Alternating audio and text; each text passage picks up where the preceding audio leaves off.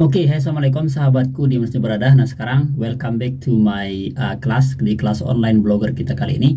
Nah, sekarang kita ke hal dasar teman ya, yaitu bagaimana cara kita membuat email di Gmail. Memang di sini sudah banyak yang buat tutorial di YouTube. Nah, sekarang tapi tidak apa-apa, kita coba biar lebih detail lagi. Nah, silakan nanti di Chrome teman-teman. Jadi saya saranin teman-teman harus menggunakan ini ya, apa namanya, menggunakan laptop, karena kalau pakai HP itu agak kesusahan kita. Oke, kita bikin di sini buat akun Gmail ya. Nanti klik saja di Chrome Anda, teman-teman, kemudian masuk di sini ya, membuat akun Google. Membuat akun Google di sini bisa diklik yang ini ya. Nah, maka di sini kita bisa mengisi nomor HP. Memang sekarang kita harus ini teman ya, harus mengisi HP. Di sini ada dua pilihan nih, ada untuk diri sendiri sama mengelola bisnis. Nah, apa perbedaannya Mas? Perbedaannya kalau kita pilih yang untuk diri sendiri itu memang ketika kita misalkan jual blog kita suatu saat nih, kita pengen ngovernya ke email baru atau mengundang email baru itu agak susah. Nah, kalau yang bisnis kita bisa seperti itu. Jadi tinggal kita undang Gmail yang baru, maka otomatis blognya nanti akan pindah ke email tersebut. Tapi kita nunggu yaitu 1 kali 24 jam teman, itu bedanya. Ya, jadi salah-salah silakan dipilih sesuai kebutuhan saja. Misalkan yang saya pilih untuk diri sendiri ya. Kalau misalkan saya ini berfokus bahwa saya tidak akan menjual blog saya misalkan ya, pilih aja untuk diri sendiri. Oke. Nah, kemudian di sini kita bisa buat nama. Ya, ini optional, artinya bisa bikin nama sesuai dengan nama blog, ya, bisa juga sebenarnya nama identitas diri kita juga enggak apa-apa, teman ya. Silakan dipilih aja, dibuat saja. Misalkan di sini nih, namanya misalkan Jumahir. Jumahir Eni misalkan gitu. Nah, nanti nama pengguna ini bisa kita langsung bikinkan sandi, misalkan di sini sandinya kita konfirmasi lagi. Ini memang sepele, tapi teman-teman saya saranin ketika bikin sandi itu silahkan diamankan di notepad ya. Tulis di meja kerjanya biar nanti tidak lupa, karena nama manusia itu kadang-kadang dia lupa. Nah, di sini bisa kita ganti nih. Nah, nama penggunanya ya tinggal kita apa namanya, tekan berikutnya saja. Nah, di sini akan ada saran nanti. Nah, misalkan Jumahir ini 57 ya. Ini bisa kita dikasih saran nanti sama pihak Google ini. Oke, nanti teman-teman setelah bikin Gmail untuk blogger ini, teman-teman harus amankan datanya ya, namanya, kemudian apa namanya, semuanya itu silahkan diamankan. Nah, baru kita masukin isi nomor handphone. Ya, jadi satu nomor handphone itu bisa kita gunakan di sini sampai 3 Gmail ya, 3 Gmail. Nunggu lagi 5 hari jarak harinya baru bisa buat lagi menggunakan nomor handphone. Baru tanggal kita isi, kemudian bulan ya, tahunnya silakan diisi juga. Ini hal dasar banget ya, 25. Kemudian gender silakan kita pilih pria. Alamat pemilihan silakan, ini alamat pemilihan ini optional ya teman ya, jadi ini sebagai pilihan ya. Artinya kita bisa menggunakannya nanti ketika misalkan kita lupa password atau lupa nomor handphone, itu nanti dia beralih ke email pemulihan, nanti dikirim kode OTP-nya ke email pemulihan ini.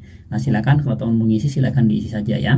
Nah, kemudian nomor handphone. Nah, nomor handphone setelah itu baru kita tekan yang berikutnya, maka email kita akan jadi. Nah, itu dia, saya tidak terlalu panjang di pembuatan email ini. Yang teman-teman, ini caranya yo ya. Sekarang sudah banyak yang buat di YouTube, ini agak terlalu umum. Jadi tidak perlu terlalu dalam kita perhatikan. Saya rasa teman sudah memiliki akun Gmail dan sudah bisa buatnya.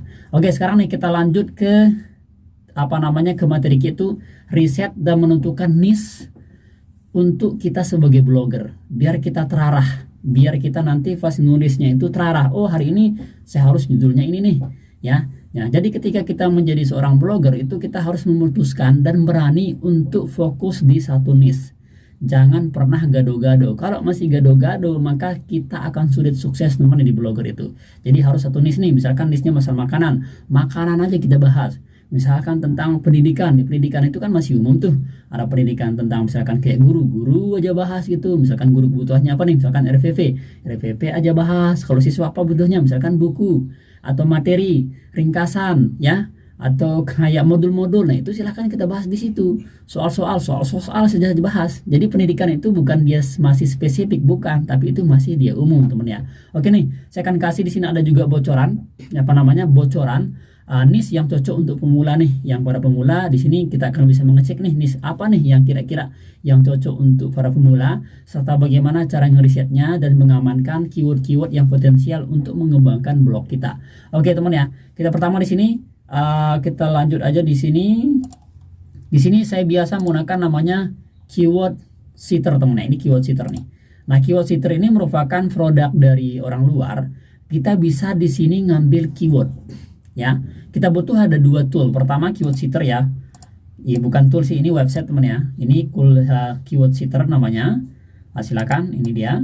Nah, kemudian yang kedua kita butuh yaitu keyword planner ya. Google keyword planner. Keyword planner ini merupakan produk dari Google untuk kita campaign masang iklan, tapi kita juga bisa mengecek sebuah keyword-keyword yang potensial, yang persaingannya mudah dan seterusnya di sini. Oke teman ya, saya coba perhatikan caranya gini. Misalkan nih kita mau fokus nih. Saya ini seorang guru ya. Kita asumsi bahwa memang saya guru gitu. Ini sebagai simulasi saja. Misalkan nih kita mau nembak RPP 1 lembar. Nah, kenapa saya bilang RPP ini? Karena ini kebutuhan yang stabil dicari sama guru. Coba bayangkan berapa banyak guru Indonesia, itu jutaan. Itulah para viewer kita, itulah para target market kita yang akan mengklik dan berkunjung ke blog kita teman-teman. Nah, kita tekan RPP 1 lembar saja dengan kata kunci yang ini, lalu kita kita seed keyword ya. Oke, kita coba refresh ulang biar lebih mantap. Kalau dia begitu silakan di refresh teman ya. Oke, refresh, kemudian kita ubah bahasanya, teman-teman ubah bahasanya, kemudian tulis saja di sini RPP 1 lembar. Nah, baru teman-teman tekan yang ini ya, start setting ya. Oke, nah maka di sini akan keluar banyak sekali keyword-keyword, dia akan terbaca otomatis nih teman nih. Ini dia akan terbaca di sini seluruh orang yang mencari tingkah viewer, tingkah laku orang di Google itu akan keluar di sini ya, sama keyword sitter ini. Dan ini tool gratis, tidak perlu kita bayar teman ya, tidak perlu pakai Ubersuggest ya. Nah, karena Ubersuggest itu memang trialnya hanya beberapa hari saja dan itu berbayar, dan itu nggak limited banget teman ya. Kita bisa pakai ini, dan saya juga sudah menggunakan ini sejak 2019 dan ini terus saya pakai. Kita bisa membikinkan sebuah judul, mengatur kata-kata, menyusun kata-kata lewat di sini. Nanti kita lanjut di materi yang lebih spesifik bagaimana cara bikin artikel dengan gabungan-gabungan dari keyword sitter ini teman ya. Oke, sampai dia mentok, sampai dia berhenti teman ya. Nah, silakan bisa ditunggu. Nah, ini misalkan sudah berhenti teman ya. Nah, karena kalau kita nunggu ini terlalu banyak teman ya. Ini sampai sudah 300. Nah, ini sudah 300, sudah 400 nih, 400 keyword ya sudah kita amankan. Nah, ini teman nih. Jadi seluruh yang keluar di sini adalah semua orang cari, semua orang butuhkan. Dan kita tidak ngasal bikin artikel. Jadi kalau salah judulnya, salah bikin artikel itu sama aja dengan membohongi dari sini, dan kita hanya dapat capeknya aja teman-teman ya. Jadi harus jelas judulnya. Nah, setelah judul seperti ini kita dapat dari keyword sitter ya. Misalkan sudah selesai nih. Ya, kita tekan aja stop di sini. Nah, kemudian ini kita Ctrl A. Kemudian kita copy. Kita lari ke keyword planner.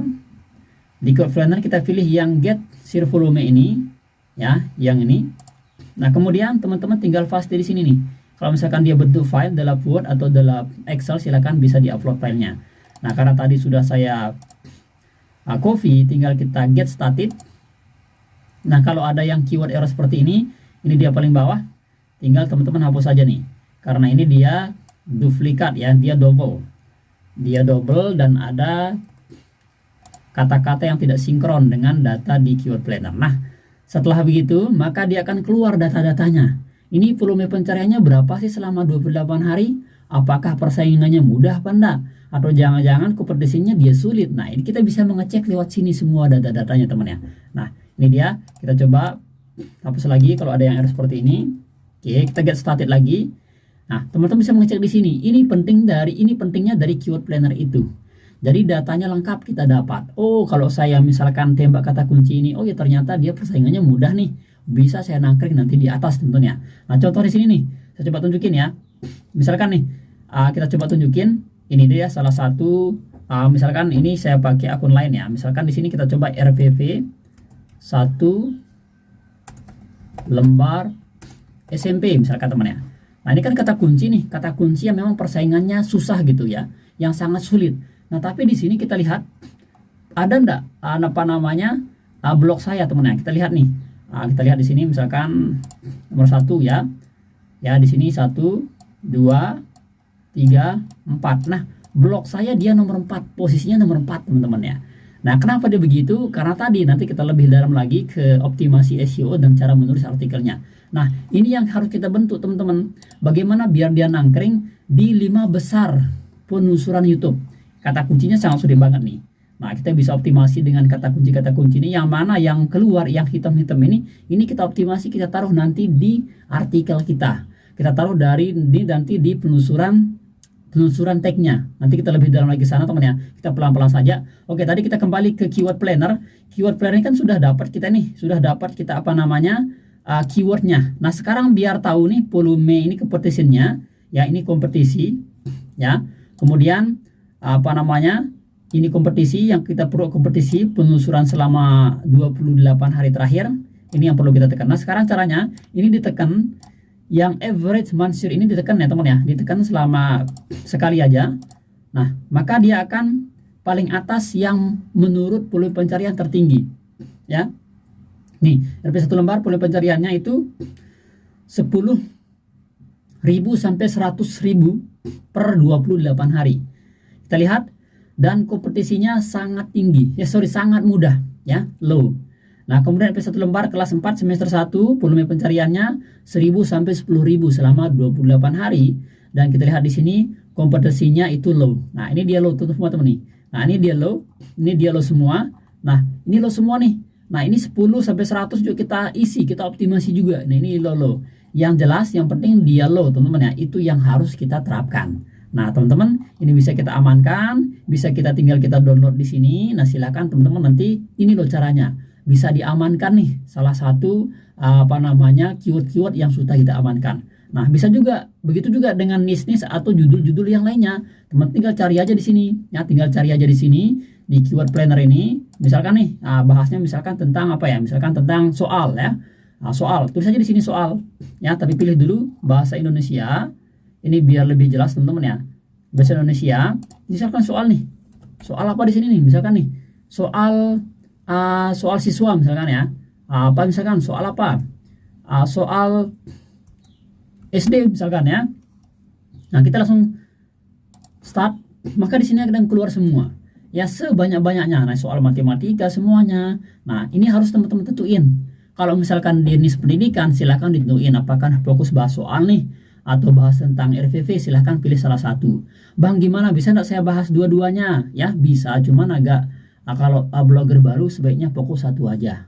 Nanti kalau sudah dia terbentuk, sudah kuat authority DAPA-nya sudah kuat, kekuatan dari Faith Authority sama Domain Authority sudah kuat, maka enggak apa-apa ya, bisa dicampur nanti. Tapi saran saya teman-teman, selama 6 bulan ini teman-teman harus fokus di satu niche. Kalau misalkan bahas soal aja dibahas ya. Kalau misalkan bahas tentang RVP saja bahas. Kalau bahas misalkan tentang serangkuman materi, rangkuman aja dibahas teman-teman ya. Nah, itu dia. Silakan teman-teman, dari sini ada juga sahabat kita ya. Sahabat kita juga yang bahas tentang rangkuman. Nah, di sini dia nih. Saya coba tulisin ya. Rangkuman soal IPA SMP. Nah, ini dia sahabat kita nih ya, termasuk juga dari tim saya, namanya Bapak Wirahadi. Nah, ini nih. Ya, jadi dia dia langsung page 1 nih. Ya, dia langsung page 1. Bapak Wirahadi ini ya, yang ada di grup support, silakan bisa chat juga beliau. Beliau juga blogger. Jadi kita sama-sama. Beliau duluan blogger dari saya, beliau sejak 2000, kalau tidak salah 2015, kalau saya belakangan 2019 ya. Nah, ini dia namanya wirahadi.com. Nah, ini dia fokusnya di situ, di rangkuman. Maka sampai kapanpun teman-teman ingin mengalahkan kata kunci ini tidak bisa, susah ya, karena beliau sudah ekspor di situ. Jadi domain paid authority-nya sudah ada di sana, jadi tidak bisa terkalahkan, bahkan sulit teman-teman ya. Nah, dia namanya Bapak Wirahadi nih ya, yang ada di grup support. Silakan teman-teman bisa langsung chat beliau, dia langsung menjawab pertanyaan-pertanyaan beliau nanti di grup support. Nah, ini dia yang bahas rangkuman, karena kita ini basicnya guru. Jadi saran saya teman-teman, ketika nulis blog itu harus berdasarkan hobi, berdasarkan kesukaan. Kenapa? Karena itu untuk memudahkan kita sebagai pemula, biar kita tidak merasa terbebani saat nulis itu.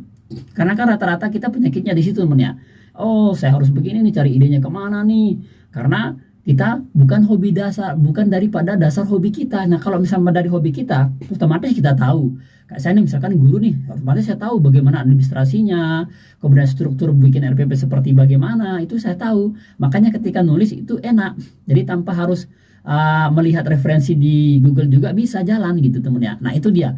Kenapa kami saranin teman-teman harus menggunakan membuat blogger itu berdasarkan dari hobi. Kalau hobinya jalan-jalan, traveling, silakan nulis tentang traveling, tentang wisata. Kalau misalkan hobinya tentang game, silakan nulis tentang game ya. Apakah menyediakan tentang download AVK, mod dan sebagainya, silakan ditulis seperti itu. Nah, itu teman harus tentukan sekarang. Jadi harus berdasarkan sesuai yang kita minati, sehingga kita nanti dalam mengembangkan blog kita 6 bulan ke depan itu lebih gampang kita nulisnya. Nah, teman ya, itu dia ya. Itu salah satu contoh. Oke, nah itu dia. Setelah kita dapatkan tadi yang yang keyword ini, dan ini teman-teman bisa ngambil nih. Nah ini kan banyak sekali, sampai 900 nih, sampai 1000 keyword nih.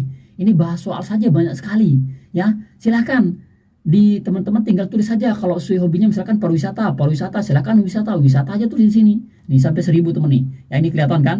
Sampai 1000-an nih. Ya ini sampai sudah 1000-an nih yang kata soal saja.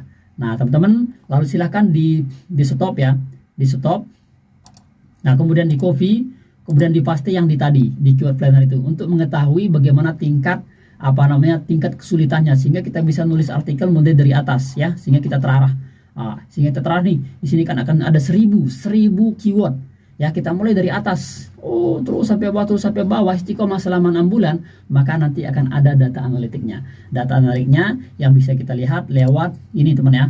Lewat performa kita di Google Console. Nanti kita akan lebih ke sana lagi. Teman-teman, itulah dia cara kita membuat Gmail untuk blog kita beserta untuk meriset, menentukan niche sesuai dengan passion kita. Silakan sekarang putuskan sebelum teman-teman lanjut ke blognya. Buat para pemula yang belum bikin blog, silahkan ditulis sekarang ya, biar nanti terarah tuh. Nah itu cara risetnya untuk mengamankan blog-blog atau niche-niche dan judul-judul yang potensial untuk mengembangkan blog kita sendiri. Nanti akan data seperti ini setelah di umuran sekitar 3 bulan, nanti akan data seperti ini. Nah ini datanya, nanti dia akan hidup di sini. Tinggal kita gas lagi kata kuncinya sepertinya sudah muncul di sini. Nanti kita akan lebih spesifik nanti di video berikutnya. Terima kasih, sampai jumpa di video dan di judul selanjutnya. Assalamualaikum warahmatullahi wabarakatuh.